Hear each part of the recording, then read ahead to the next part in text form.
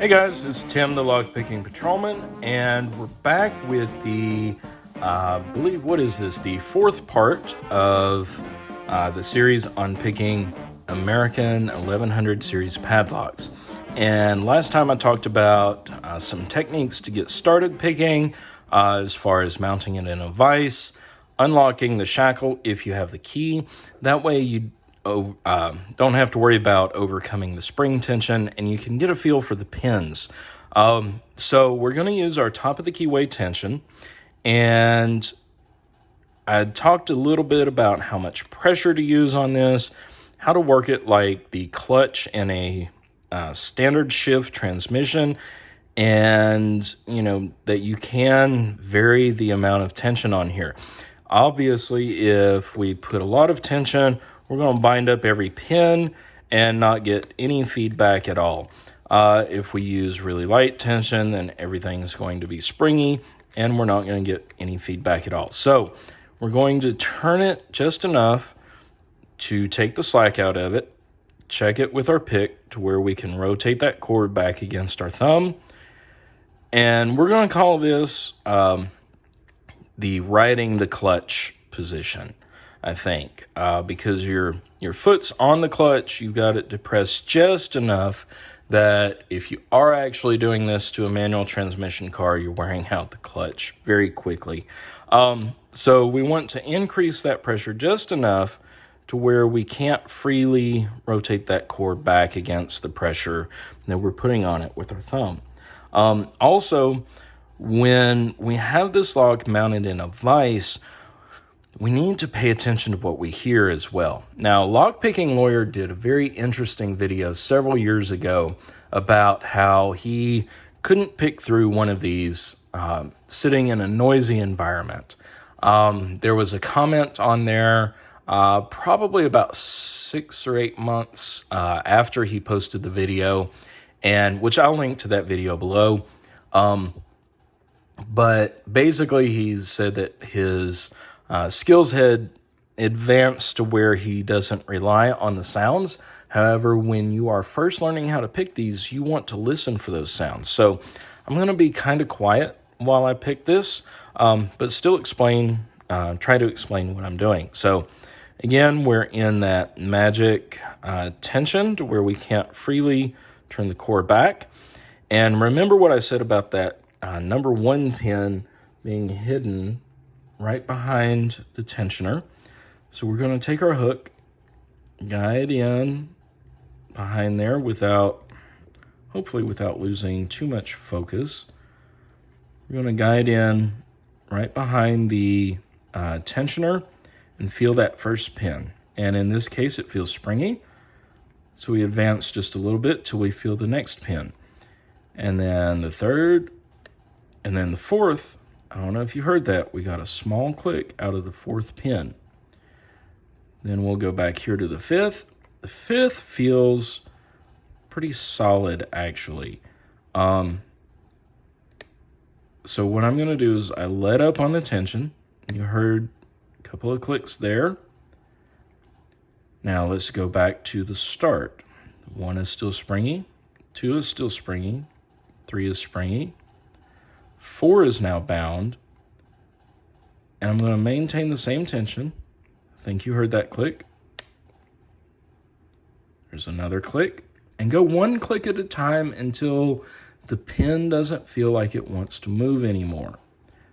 Continue checking in order. Pin number 5 doesn't feel like it wants to move, so we're going to go back to the beginning. 1 is springy. 2 is springy.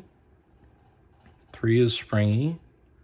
4 is still kind of bound. So I'm going to adjust the grip on my tensioner. I'll zoom back out so you can see what I'm doing with my fingers up here. And on 4, I'm just going to ease off the tension. And I got another click, and my tensioner moved just slightly. So that tells me we've set number 4. Let me see if I can get back in here. And then we're going to feel number 5.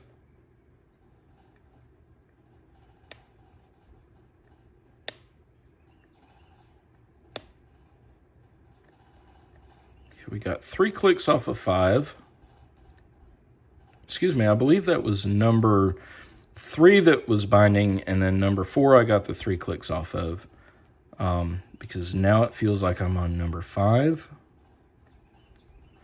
I'm not getting any type of feedback out of 5.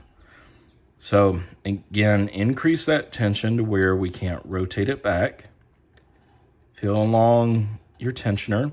Now pin number 1 feels like it's binding. So we're going to push up on it, see if we get any rotation. We got a click, 2 clicks.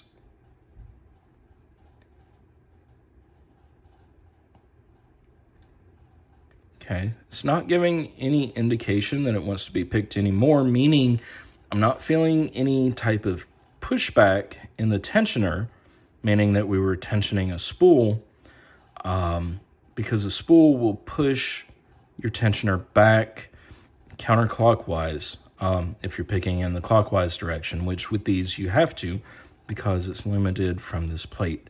So 1, we're going to leave 1 alone, and 2 is now binding, meaning that the bottom pin is all the way down in the keyway,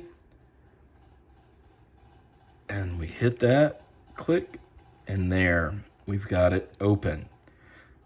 So just that easy, you can go through, listen to the feedback that the lock gives you, adjust your tension, and ease each pin 1 or 2 clicks at a time. So let's do that without any type of narration so you can hear what's going on. And I'll angle it a little bit more so that you can see movement in the core and also see movement in my fingers to adjust my tension.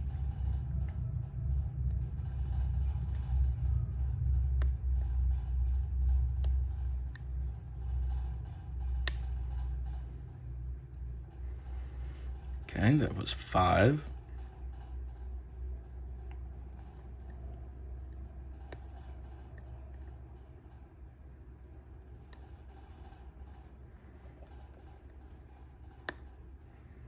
That was 5 again.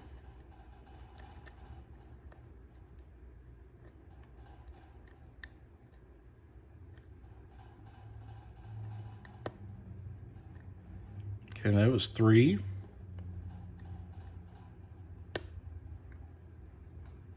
That's 4.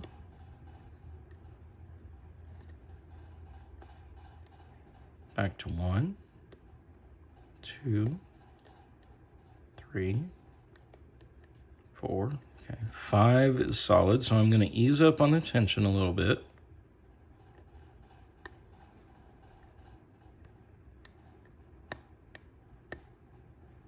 Okay, got a few clicks out of 5.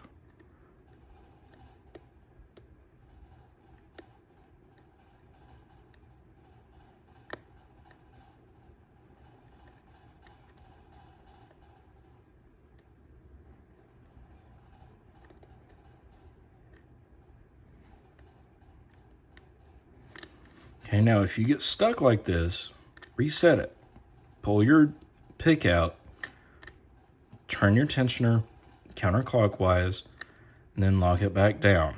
And if you weren't getting really clear feedback, increase the tension. In other words, increase the pressure just a little bit. Make sure that you've got enough to where you can't freely rotate the plug back with your pick. So 1 is loose, 2 is loose, 3 is loose, 4 we got 2 clicks out of. And after I get a couple clicks out of 1, I increase the pressure on the tensioner just slightly, just barely. And then 5 is solid now, or binding, I should say. But we don't want to overset. I got 3 clicks out of that. So we'll come back to the beginning. 1 is springy, so is 2, 3, all right, 4. Okay, now when I hit 4 and I got that last click, I felt my tensioner fall just a little bit clockwise. Nothing on 5. Okay, 1 is binding now. Got 1 click out of 1. 2 is binding.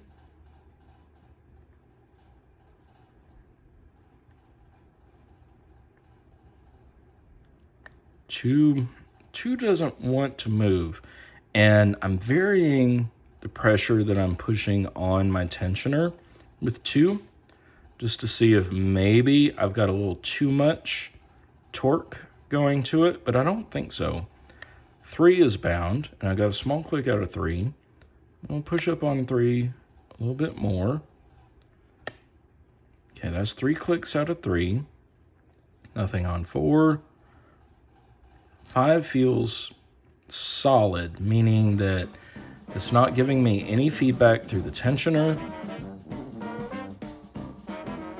And so I'm going to go back to the beginning. Okay, 1 is bound. 1 click out of 1, and we got it open. All right, so that is how to pick this the easy way. In other words, in a vise with the shackle open. Next video, I'm going to show you how to pick this with the shackle closed. A little bit of differences, which are going to be minor, mostly just in your tension and what you listen for as far as feedback. And then in future videos, I will show you how to pick these in hand without the vise. And that way you can learn how to progress through. So anyway, thanks for watching. Any questions or comments, please leave them below. As always, please stay healthy, stay safe, stay out of trouble, and we'll see you next time.